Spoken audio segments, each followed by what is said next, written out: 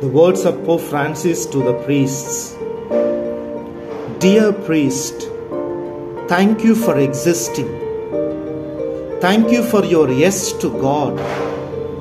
Thank you for your anointed hands with which you gift us Christ in body and blood. Thank you for being a minister for Christ. Thank you for every Eucharist lived with love. Thank you for your revelations.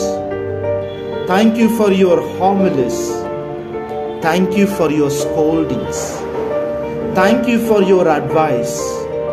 Thank you for showing us Christ through your imperfection. Thank you for not giving up. Thank you for every Lent. Thank you for every Easter. Thank you for your constant fight. Thank you because even when you didn't want to, you have remained faithful.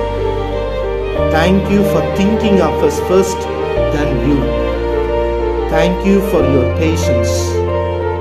Thank you for your love to the church. Thank you that God has made use of you to take us as His flock to heaven.